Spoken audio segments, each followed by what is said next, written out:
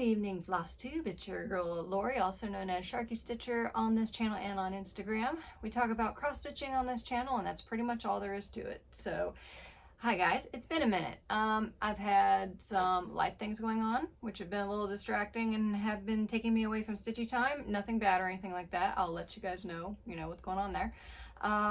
Had some technical difficulties. I have filmed this video already and went to upload it and the file corrupted, so that was annoying.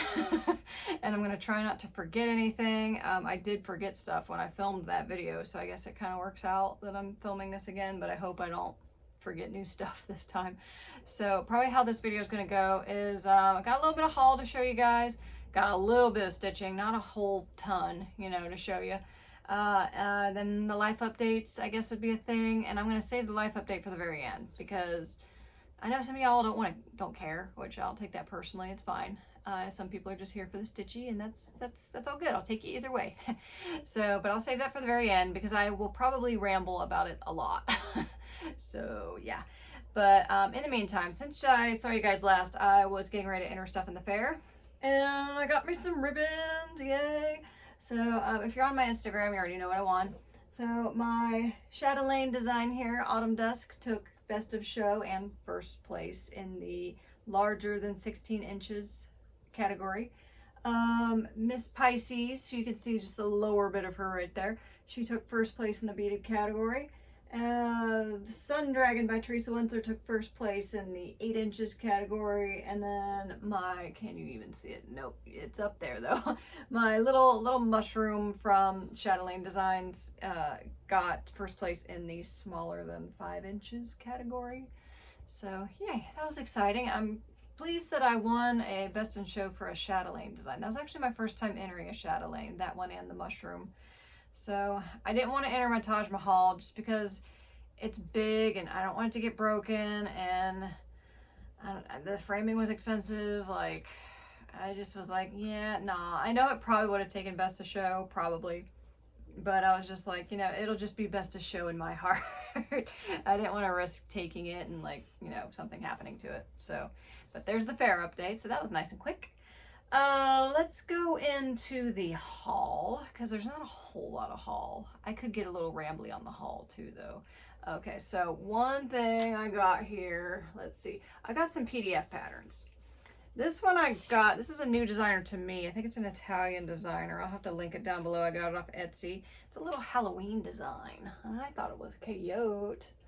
So it's got witches and cats and ghosts and pumpkins and haunted houses and all the fall Halloween-y goodness. So I'm down with that, and I thought it would be fun. And it looks pretty simplistic, easy, I'm sure it's more work than I'm thinking just looking at it, but not complicated is kind of what I was meaning. So I don't know what color fabric I'm doing on that. I'm thinking maybe like a purple or something. Purple-ish, like kind of a dusty purple maybe. Because there's no purple in this. It's all like black, orange, a little bit of green in the leaves.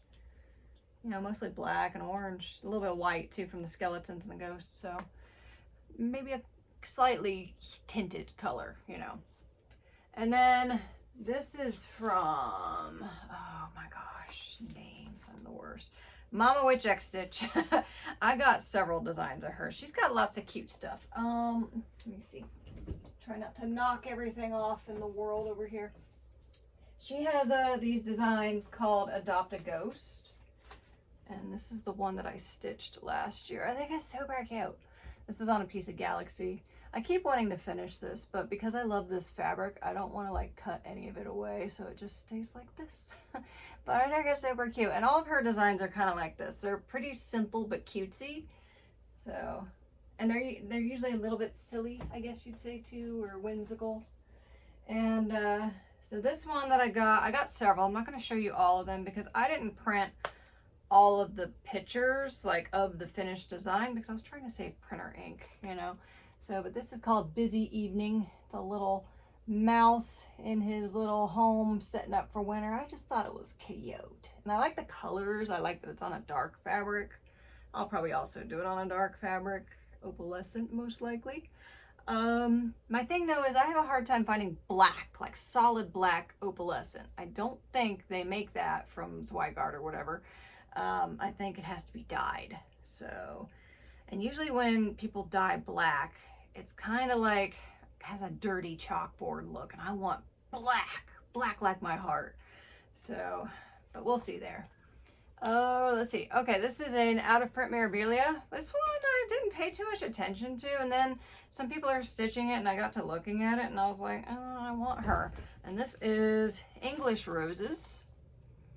And the thing that drew me to this is apparently there's silk ribbon work for these roses, and then there's some big chunky beads. And I really like that because y'all know I'm a texture whore. So I like when things get uber textured, and I like the colors in her. I don't like the fabric. Like, I don't know what I'll do for fabric, but not creamy brown. So I have to get the floss and do a toss to decide that. But it wasn't too badly priced on eBay. I mean, you know, more than retail because it's out of print, but you know, probably $30 or something like that. Not too bad. So, not like the other ones, which, well, let's just go into the next bit of haul. I feel slightly ashamed for this. But, speaking of out-of-print Mirabilias, Nora Corbett, all of that ilk,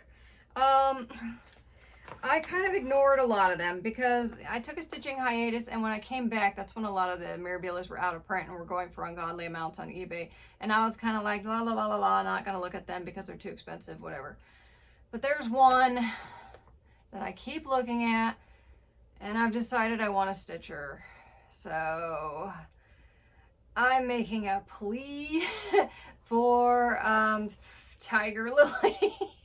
She's so pretty and cute, and I love the colors in her. So I thought maybe I could make a plea.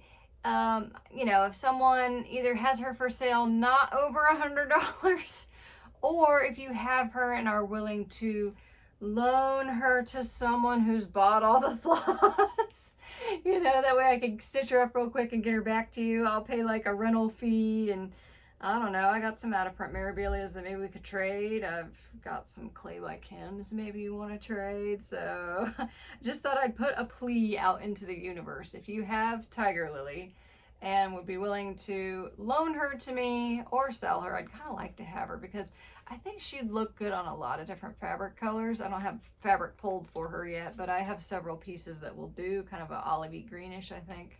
Looks good with the floss toss at least. So yeah, she's been on eBay a few times, and I used someone posted a picture of the back with the supply list, so I used that to like buy the supplies, and I don't have the beads yet, but I'm probably going to sub them anyways, so I can just dig into stash for them. So yeah, if anyone has Tiger Lily that I could borrow, you know, like I promise I will get her back to you in good condition. I think I could, she's small. I feel like if I really hustled, I could probably get her done in like 2 weeks or something like that. So I just thought I'd put it out there, a little desperate plea there, because man, some of them out of print Mirabilias, dang, they go for a lot. So, okay, so there's that. And then I have a piece of fabric that I got from Hand Dyed by Rolanda. I have several pieces from her. She does really pretty rainbow fabrics, and she posted this one, and I was like, ooh, I like this, because it's like super rainbowy. I don't have anything in mind for it, but it's opalescent and pretty. So I was like, gimme, gimme. But yeah, there's a couple of things that are like, I have this real pretty rainbowy dragon design. It's in like a book, some like a fantasy book or something. And I'm like, maybe that would look cool on it. Got a couple fairies that might look cool on this. Don't think Tiger Lily would look good on this, so like, nah. Okay, not do that one yet. Let's do this one. So this one I was excited for. This is I finally got the supplies from Under the Sea Fabrics for the new Bella Filipina, the Mascara Festival Queen. Ooh, look at her. Isn't she gorgeous? She's so fun looking. She's so colorful and vibrant. I love it. Her pose reminds me of Cleopatra just a little bit. Only she's not holding a scepter. But like the legs and like the arm, the hand on the hip, like that's very Cleopatra. But look at those freaking fun colors. I love it. I do have this fabric, even though keep in mind when you're like looking at things like this, The Bella Filipinas, these are computer generated. This isn't like stitched on actual fabric. So this is a computer generated image of the design on a clip of a photo of fabric. So most likely it won't look exactly like that. I do have a piece of this fabric, but I kind of did a floss toss. The piece I have is too small. But when I did a floss toss, I thought it was a little bit too wild because she's wild and that fabric's kind of wild. So right here on the back of my door, that's the piece that I think I'm going to stitch her on. Doing the floss toss, I think it looks pretty nice. So yeah, I'm excited to start her, even though she's on the large side, and I'm kind of trying to start smaller stuff now so I can get some finishes in, but she's just too fun. So I got her, and the fun thing about Under the Sea Fabrics, if you're part of the Facebook group, when new Bella Filipinas and like Mirabilias and some other designers, when their stuff comes out, Leslie will do a post, you know, like, here's what the chart costs. Here we have the recommended fabric. We can do a cut for you. Here's the beads. And she also does delica bead conversions, which I love because I love delicas. And then usually like the sparkly threads and any silks if needed. This one doesn't have any silks, but you can also pick Krennic or the Petite Treasure braid. I really don't care, honestly, but I don't know. Treasure braid is easier to store. That, and I think I went with Treasure braid on this one just because I didn't know if there was going to be any delays because of the Krennic situation, which I hear they're up and running again, so maybe that will be less of a thing. Some of the stuff I'm looking for on 123 Stitch is still not in stock though, so don't know about that. And I'm not going to show you all the beads. I opted for the delicas, of course, and then the non-delicas, like there's a couple Mill Hill Treasures. So obviously those aren't in delica, which there are Swarovski or Crystal Passions. These are basically the Marguerite's flower little thingies. But here's just a little flash of the beads.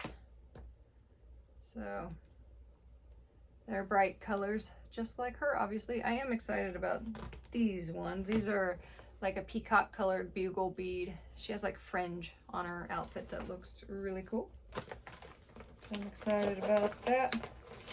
I showed you guys the colors of the floss last time, I think. But yeah, she's uber bright. I like her a lot, and I'm excited to start her, and I'm glad that I have her already. I do need to cut the fabric still. That is a half yard, which is big enough for her. I just have to cut it. Haven't done that yet though. Once I get to the life update, maybe you guys will understand why I haven't gotten much done. Aside from the previous mentioned technical difficulties. Okay, so some of the other haul. I've been wanting this for a while. And it's a Mill Hill kit. You know, I want to do some smalls. And I really like these little Halloween haunted house thingies. I have another one. I can't remember which one it was. Either a hotel or a mansion. There's a couple others that I have in my cart on 123 Stitch. But I like this little laboratory, though it does crack me up. That looks like Frankenstein knocking on the door there. And I'm like, dude, why are you knocking? You're Frankenstein. Just go in there, my dude. Burst through the wall like the Kool-Aid man. But yeah, and this one kind of goes with my life update too, because it's a laboratory. So yeah. All right, I think that takes us to the whips. So the last time I think I saw you guys, I was working on Laati. I did not get much done on her.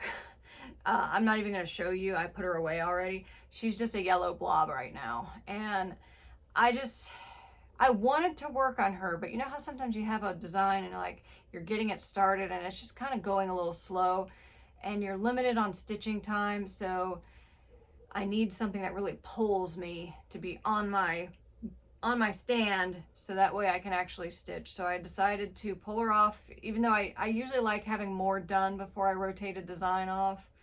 But I decided, you know, I'm just going to rotate off, put something that I'm actually going to stitch on there. So I actually have a new start behind me right here.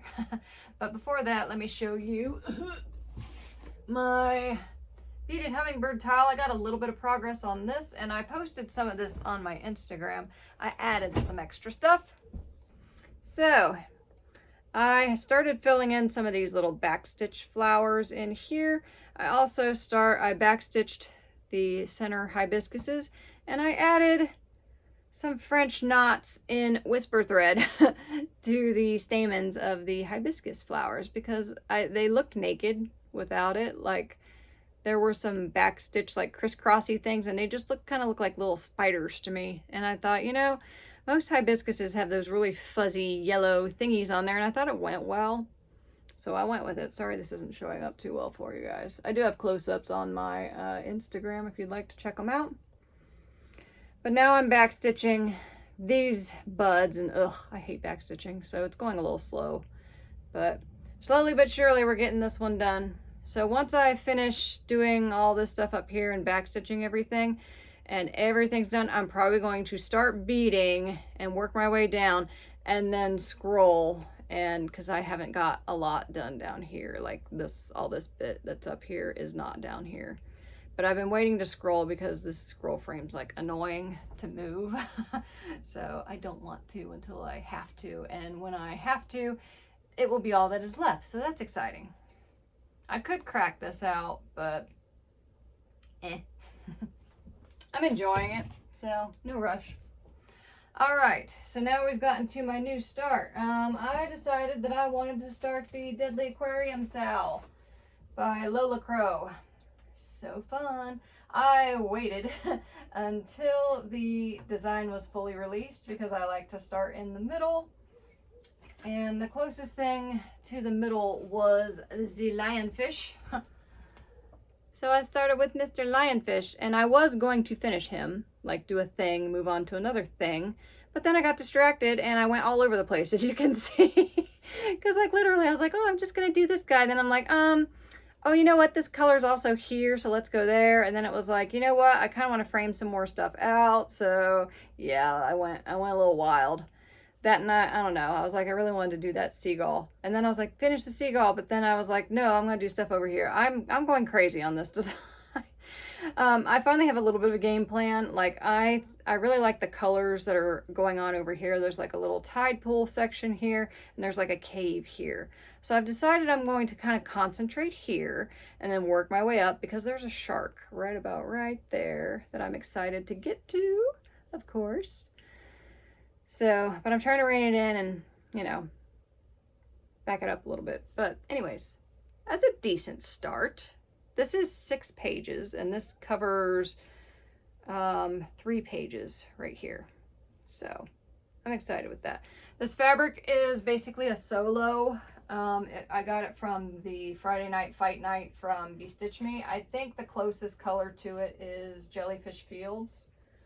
And it's an even weave opalescent. I don't know what count. It's maybe 30 something, but there's no beads on this design, so the count didn't really matter to me too much. But I'm having fun with this design. I like it. It's got lots of deadly creatures on it, which I like. It's got a barracuda too, which I don't like so much, but I'll tolerate him being in the aquarium. So that's all the stitchiness. Wow, I got through that quicker than I thought I would. So it's life update time. So, okay, so let's go to the quick life update. So one thing that was distracting me from stitching after the fair, I renovated a lot of the floors in my house by myself.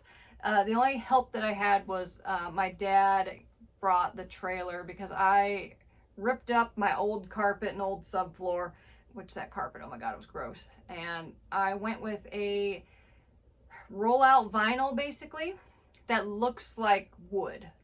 And I love that stuff because my house is super old. My floors are very uneven. I did not want carpet again. So therefore the best thing really is that rollout vinyl stuff.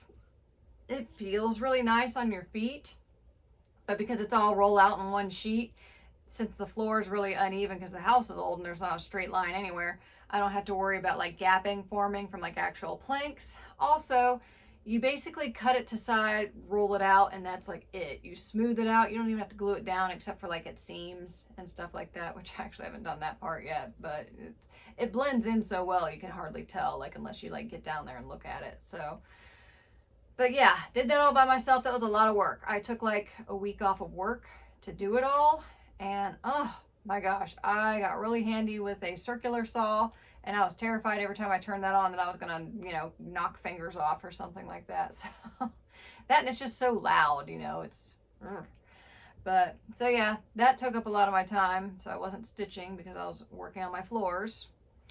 Then here's the big news. I'm going back to school. So basically I will be having a job change, and it's exciting, but it's also nerve-wracking a little bit, you know. So for the past 15 years, I've been a licensed massage therapist. It's been paying the bills and keeping the lights on, and for the most part, I'm happy with it. But there's certain things that I've always intended on going back to school. I have my bachelor's degree in kinesiology. I don't need that to be a massage therapist. I'm just a freaking nerd, and I've always loved school. I've always wanted like a PhD. You know, I wanted to be Dr. Lori, not like medical doctor, but more like research, you know, specialist kind of doctor, you know, more so than medical doctor. But I was trying to decide what to go back for, and weighing, long story short, basically, here's what I needed. I want benefits. I want a W-2 position. I do not want to be self-employed anymore. I want insurance. I pretty much have marketplace insurance now, and it kind of sucks a little bit. I want, when I finish work, it stays at work. I don't want to have to come home and do laundry and call clients and book appointments and update my website and do all that kind of crap. I want to work, come home, and I'm home. And being self-employed, that's kind of hard. And being a massage therapist, the best pay you get is when you're self-employed. If you're working at like a franchise or a spa or something, a lot of times it's commission based, and sometimes you still have to pay your sales tax on top of that. You know, it's just stuff that I don't want to deal with anymore. Also, when deciding what to go back for, it has to be in science because I'm a science nerd, and I wanted science with minimal patient contact. I mean, mine, I don't have a lot of clients in a day, but I'm trapped in a room with them for sometimes up to 2 hours, depending on what they've booked.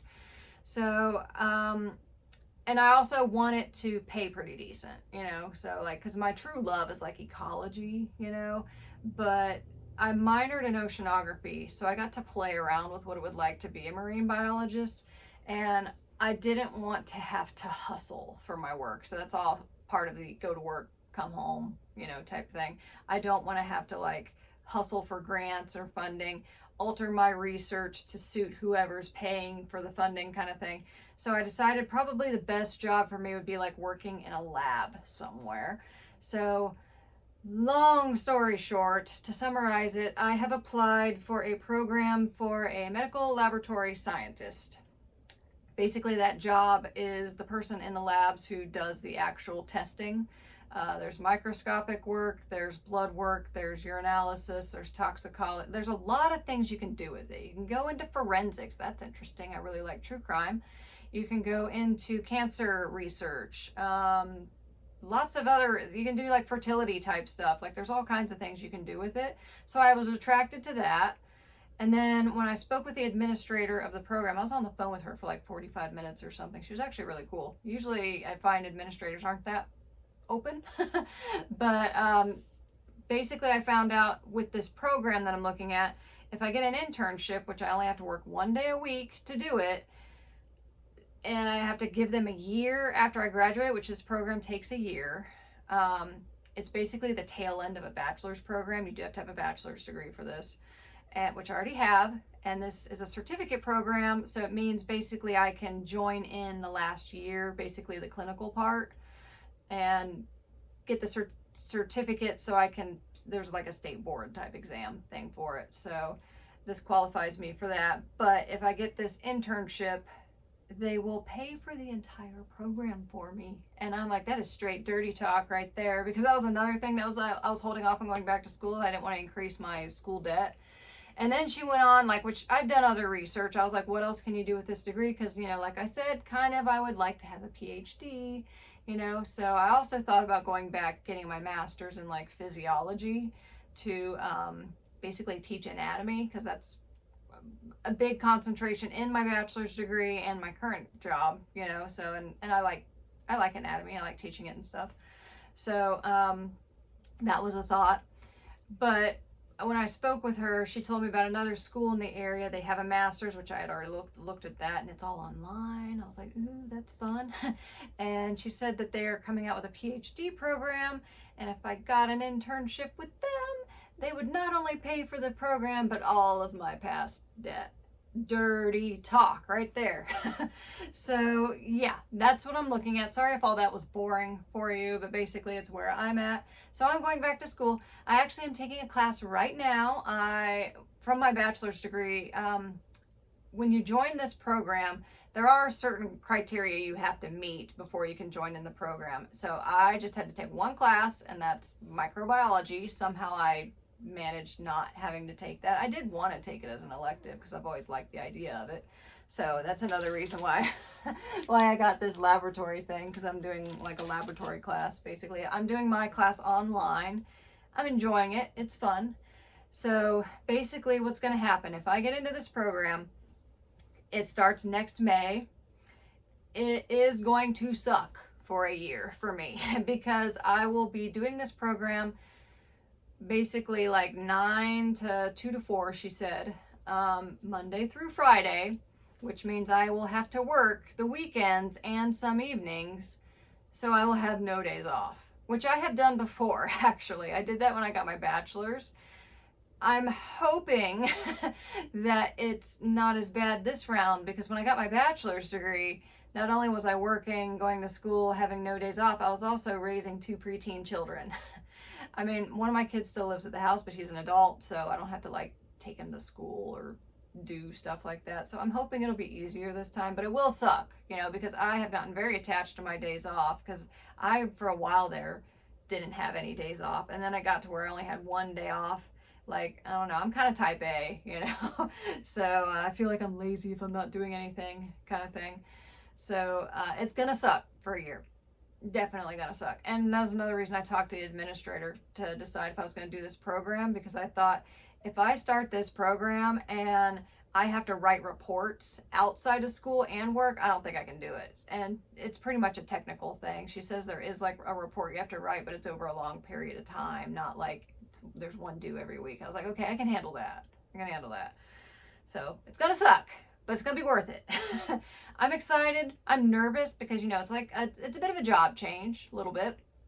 I'm gonna be a small fish again, and I don't like that idea, but I've been in the medical field before. I used to work in a hospital for 11 years. I'm familiar with the genre, shall you say, and I really am excited at the idea of working in a lab, because I always loved doing lab work. So from my college experiences and the few dalliances I had when I worked in the hospital. So, but yeah, I'm excited. There's that.